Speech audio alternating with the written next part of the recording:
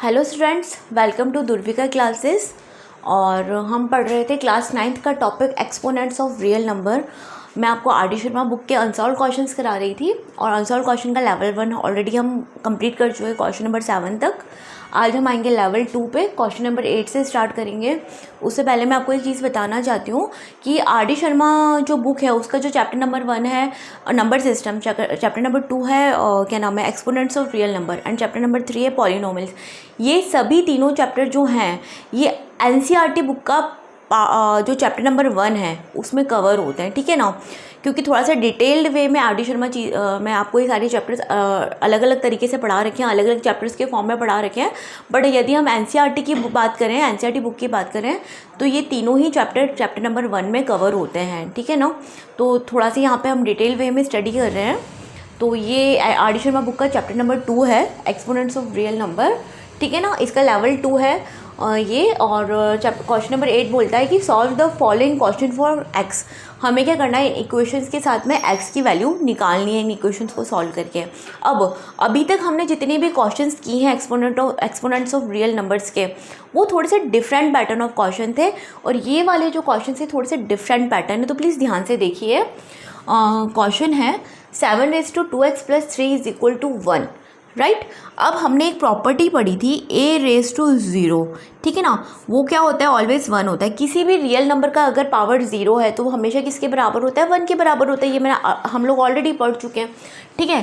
तो ये जो क्वेश्चन है 7 raised to 2x + 3, अब यहाँ पर जो 1 है इसको क्या हम 7 raised to 0 लिख सकते हैं? अकॉर्डिंग टू दिस प्रॉपर्टी बिल्कुल लिख सकते हैं, उससे कोई फ़र्क नहीं पड़ेगा। 7 raised to 0 लिखने से वो है तो वो 1 के इक्वल ही, राइट। ये हमने इसलिए किया है क्योंकि हमें क्या करना है कि LHS साइड जो RHS साइड है, दोनों साइड के बेसिस को हमने सेम रखना है। इस चक्कर में हम लोगों ने इसको 7 raised to 0 लिखा है।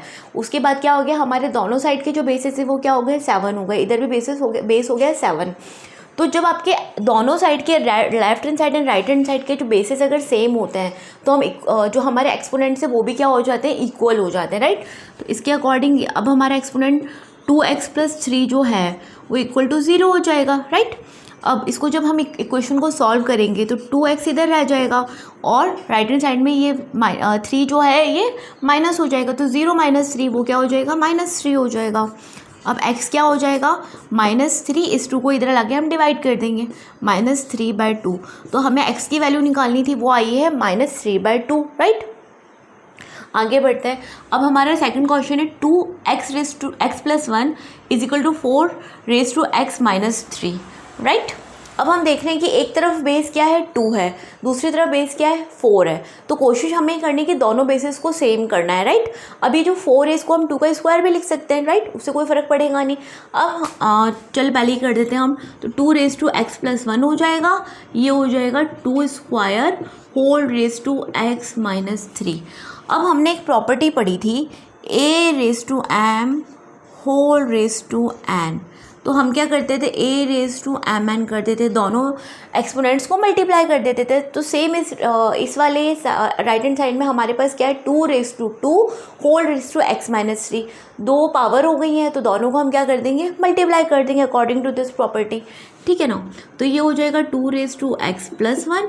इधर क्या हो जाएगा, ये जो 2 है इस वाली टर्म से मल्टीप्लाई हो जाएगा, तो क्या बन जाएगा, 2x - 6 बन जाएगा। अब ऐसा करने से क्या हुआ है, हमारे दोनों बेसेस सेम हो गए, ये भी 2 हो गया, ये भी 2 हो गया, राइट। तो हमारे एक्सपोनेंट्स भी क्या हो जाएंगे, इक्वल हो जाएंगे। x + 1 will be equal to 2x - 6 हो जाएगा। अब हमें क्या करना होता है कि वेरिएबल टर्म को इक्वेशन सॉल्व करना तो आपने सीख ही रखा है, 7th क्लास में भी हमने किया है, 8th में भी किया है, राइट।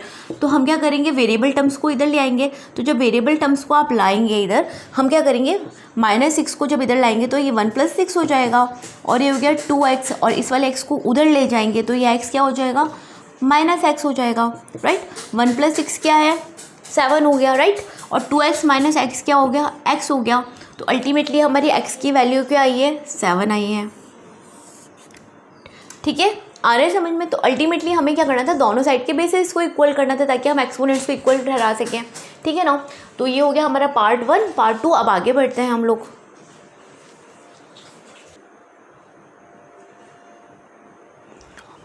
तो ये हमारा है part 3। According to part 3 2^5x+3 is equal to 8^x+3।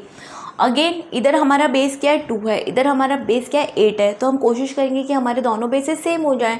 तो उसके लिए हम क्या करेंगे, ये हो जाएगा 2^5x+3 इज इक्वल टू, अब 8 को हम 2^3 लिख सकते हैं, है ना। तो हम 8 को क्या लिख देंगे 2^3 लिख देंगे, और ये हो जाएगा x+3, राइट। अब ये क्या हो गया 2^5x+3 is equal to, again हमने सेकंड क्वेश्चन में किया था, दोनों एक्सपोनेंट्स को मल्टीप्लाई कर देते हैं, इधर भी हम वही करेंगे। तो जब ये 3x+3 से मल्टीप्लाई होगा तो क्या बन जाएगा 3x+9, राइट। अब क्या हो गया, हमारे दोनों साइड के बेसेस सेम हो गए, ये भी 2 हो गया, ये भी 2 हो गया। हम क्या करेंगे, एक्सपोनेंट्स को सेम कर दें, इक्वल कर देंगे। तो 5x+3 will be equal to 3x+9, right. अब हमें क्या करना है, वेरिएबल टर्म्स को एक साइड लेना है। तो 5x, ये 3x इधर आके माइनस हो जाएगा, और ये जो 3 है उधर जाके माइनस हो जाएगा, राइट। तो 5x माइनस 3x कितना होता है 2x, and 9 minus 3 is 6, right. Again x is equal to 6/2, तो 2 3 जा 6। तो अल्टीमेटली हमारी x की वैल्यू क्या आई 3। तो इस केस में हमारा x कितना निकला है 3 निकला है, राइट। बिल्कुल ये तो आपने पढ़ा ही हुआ है 8th क्लास में, बेसिक सा एक इक्वेशन, उसको हमें सॉल्व करना था। तो उसको सॉल्व करके हमारी x की वैल्यू क्या आती है 3 आती है, राइट। चलिए पार्ट 4 पे आते हैं। पार्ट 4 है 4^2x is equal to 1/32, right. अब इस क्वेश्चन में जो ये 4 है इसको हम क्या लिख देंगे 2² लिख देंगे। अगेन बेस को हमें सेम करना है, और ये हो जाएगा 2x, राइट। और जो 32 जो होता है वो क्या होता है 2^5 होता है, राइट। 2^5 कितना होता है 32 होता है। अब अगेन हम इन दोनों x पावर्स को मल्टीप्लाई कर देंगे तो क्या हो जाएगा 4x हो जाएगा, ये हो जाएगा 2^4x इज इक्वल टू 1/2^5। अब ये जो 2^5 है ये इधर आके मल्टीप्लाई हो जाएगा, है ना। तो हो जाएगा 2^4x into 2^5 is equal to 1। अब हमें पता है जब बेसेस सेम होते हैं, बीच में मल्टीप्लिकेशन का साइन है, तो हम क्या करते हैं पावर्स को ऐड कर देते हैं, राइट। तो हम क्या करेंगे 4x + 5 कर देंगे इज इक्वल टू, और ये जो 1 है इसको अगेन हम बेस को सेम करने के लिए क्या करेंगे 2^0 लिख देंगे, है ना। तो इसके अकॉर्डिंग क्या हो गया, अब हमारे बेसेस सेम हो गए तो पावर्स को भी हम क्या कर देंगे सेम कर देंगे। तो 4x + 5 इज इक्वल टू 0, ठीक है ना। तो ये हो गया 4x is equal to -5, right. और इधर क्या हो जाएगा x⁻5/4। तो फाइनली हमारी x की वैल्यू क्या आ गई -5/4 will be the value of x। Okay, clear, समझ में आया आपको। चलिए आगे बढ़ते हैं।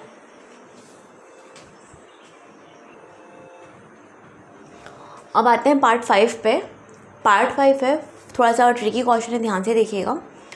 4^x-1 into 0.5^3 - 2x is equal to 1/8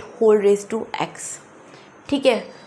अब पहली बार जो 0.5 है, 0.5 का मतलब क्या होता है 5/10, राइट। और इसको काटेंगे तो क्या हो गया 1/2। तो ये जो 0.5 है इसको हम क्या लिख सकते हैं 1/2 लिख सकते हैं, ठीक है। और ये जो 4 है इसको हम क्या लिख देंगे 2² लिख देंगे। अल्टीमेटली हमें क्या करना है, ये जितने भी बेसेस हैं उनको सेम करना है। तो इसका भी बेस हमने 1/2 करके क्या कर दिया सेम कर दिया। तो ये जगह 2^² और जो ये 0.5 है उसको हम लिख देंगे 1/2। ये हो जाएगा 3 - 2x इज इक्वल टू, ये जो 8 है इसको हम क्या लिख देंगे 2³ लिख देंगे। 2 का क्यूब होता है 8, राइट। अब देखो इधर भी बेस 2 है, इधर भी बेस 2 है, इधर भी बेस 2 है। अल्टीमेटली हमारा पर्पस यही था। अब ये दोनों पावर्स मल्टीप्लाई हो जाएंगी तो ये क्या हो जाएगा 2x - 2। अब हमने नेगेटिव लॉ पढ़ी थी, उसके अकॉर्डिंग क्या होता है कि हम किसी भी बेस का जो पावर होता है अगर वो नेगेटिव होता है तो उसको पॉजिटिव करने के लिए बेस डिनोमिनेटर में ले आते हैं। अब ऑलरेडी अगर कोई बेस डिनोमिनेटर में है, ठीक है ना, उसको अगर ऊपर ले जाएंगे तो वो क्या हो जाएगा, पावर नेगेटिव हो जाएगी, राइट। हो सकता है ना ऐसा, अगर ए रेस टू माइनस एम है तो हम क्या करते हैं, ए रेस टू एम कर देते हैं। अब ऑलरेडी हमारे पास इस फॉर्म में अगर क्वेश्चन है तो इसको इस फॉर्म में लाने के लिए हमें क्या करना पड़ेगा, पावर को माइनस करना पड़ेगा, ठीक है ना। तो जब इस 2 को हम न्यूमरेटर में ले जाएंगे तो ये जो पावर है ये क्या हो जाएगी, माइनस में हो जाएगी, तो ये हो जाएगी माइनस, ठीक है। और अगेन जब इसको, अब पहली बात तो दोनों एक्सपोनेंट्स एक दूसरे से क्या हो जाएंगे, मल्टीप्लाई हो जाएंगे, तो 3x हो जाएगा। और जब इस 3x को मैं जब इस 2 को मैं ऊपर ले जाऊंगी तो ये 3x क्या हो जाएगा, -3x हो जाएगा, राइट। अब हमने क्या किया, तीनों को हम एक लेवल में लाके न्यूमरेटर में ले आए हैं, ठीक है ना। जो बेसिस डिनोमिनेटर में थे उनको हम न्यूमरेटर में ले आए, और जैसे हम इनको न्यूमरेटर में ले गए हमारी पावर क्या हो गई, नेगेटिव हो गई, ठीक है। अब हमारे यहाँ क्या है, बेसिस सेम है, बीच में मल्टीप्लिकेशन का साइन है, तो हम क्या करेंगे, इनको ऐड कर देंगे, राइट। तो ये हो गया 2 रेज़ टू 2x - 2। अब जब ऐड करेंगे तो ये -3 + 2x, ठीक है, is equal to 2 raise to -3x, right. करते हैं ऐड, 2x -2 -3, ठीक है ना, प्लस 2x, ठीक है, is equal to 2 raise to -3x, right. ये हो गया हमारा 2x + 2x कितना हो गया, 4x -2 -3 -5 is equal to 2 raise to -3x। अब हमने क्या करा है, हमारे दोनों साइड के बेसिस क्या हो गए, इक्वल हो गए, राइट।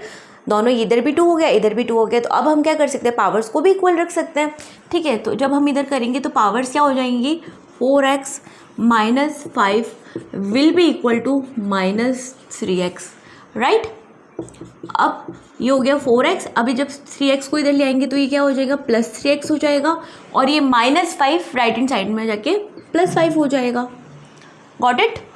अब 4x + 3x is 7x is equal to 5, right. और x क्या हो जाएगा, x इज इक्वल टू, ये 7 इधर आके डिवाइड हो जाएगा, तो अल्टीमेटली हमारे x की वैल्यू क्या आई है, 5/7, राइट। तो 5/7 will be the value of x। आया समझ में, बड़े ध्यान से स्टेप बाय स्टेप करेंगे, बड़ा इजी क्वेश्चन है, कुछ भी नहीं है, थोड़ा सा कंसंट्रेशन के साथ आप करिए, बड़ा आसानी से आपको समझ में आ जाएगी चीज़ें, राइट। चलो आगे बढ़ते हैं, ठीक है। अब हम आते हैं क्वेश्चन नंबर 8 के पार्ट 6 पे, ठीक है। पार्ट 6 के according 2 raise to 3x - 7 is equal to 256, ठीक है। तो ये हो गया 2 raise to 3x - 7 is equal to, अब ये जो 256 है वो क्या होता है, 2 रेज़ टू 8 होता है। जब हम 2 को 8 टाइम्स मल्टीप्लाई करेंगे तो हमारा आंसर क्या आएगा, 256 आएगा, राइट। तो हम इसको 2 रेज़ टू 8 लिख सकते हैं। अब ऐसा करने से क्या हुआ, हमारी दोनों तरफ के बेसिस सेम हो गए अगेन। अब हम क्या करेंगे, सेम वे में पावर्स को अगेन सेम कर देंगे, तो ये क्या हो जाएगा, 3x - 7 इज इक्वल टू 8 हो जाएगा, राइट। अगेन हम जब सॉल्व करेंगे तो 3x will be equal to, इस 7 को उधर जाके हम क्या कर देंगे, ऐड कर देंगे, तो वो 8 + 7 हो जाएगा, है ना। तो इधर अल्टीमेटली हमारे पास क्या बचा, 3x इज इक्वल टू 15, और x क्या हो जाएगा, ये जो 3 है इधर आके डिवाइड हो जाएगा, तो 15/3 हो गया, राइट। और जब हम इसको काटेंगे तो 3 × 1 = 3 एंड 3 × 5 = 15, तो अल्टीमेटली x की वैल्यू हमारे पास क्या आई है, 5 आई है। समझ में आया, बहुत ही आसान सा क्वेश्चन था एक, तो इनको जब सॉल्व किया तो ultimately we got x is equal to 5, right. इसी के साथ हमारा क्वेश्चन नंबर 8 यहाँ फिनिश होता है। आगे हम नेक्स्ट लेक्चर में आपको क्वेश्चन नंबर 9 एंड 10 कराऊंगी, एंड मेरी कोशिश ये है कि मैं आपको R.D. शर्मा का एक अनसॉल्व क्वेश्चन सॉल्व कराऊँ, ताकि आपको किसी भी तरह का किसी डाउट ना रहे। और जितना आप प्रैक्टिस करेंगे, जितने आप नए नए क्वेश्चन करेंगे, आपका कंसेप्ट उतना ही क्लियर होगा, उतना ही आपका जो टॉपिक है वो स्ट्रॉन्ग बनेगा, और आपको एग्ज़ाम में किसी भी तरह का अगर आप क्वेश्चन सॉल्व करने में प्रॉब्लम नहीं आएगी, you will be able to solve any type of question. Okay, तो मेरा आपसे यही रिक्वेस्ट है कि आप नए नए क्वेश्चन कीजिए, बहुत सारे क्वेश्चंस कीजिए, बहुत प्रैक्टिस कीजिए। आर डी शर्मा को प्लीज़ ज़रूर कीजिए क्योंकि बहुत ही अच्छी बुक है आर डी शर्मा, और उसके जो क्वेश्चंस अगर आपने सारे अनसॉल्व एंड सॉल्व क्वेश्चन कर लेंगे तो शायद आपको 100 क्रैक करने में कहीं पे भी कोई प्रॉब्लम नहीं होगी। तो प्लीज़ करिए आप, एंड थैंक यू।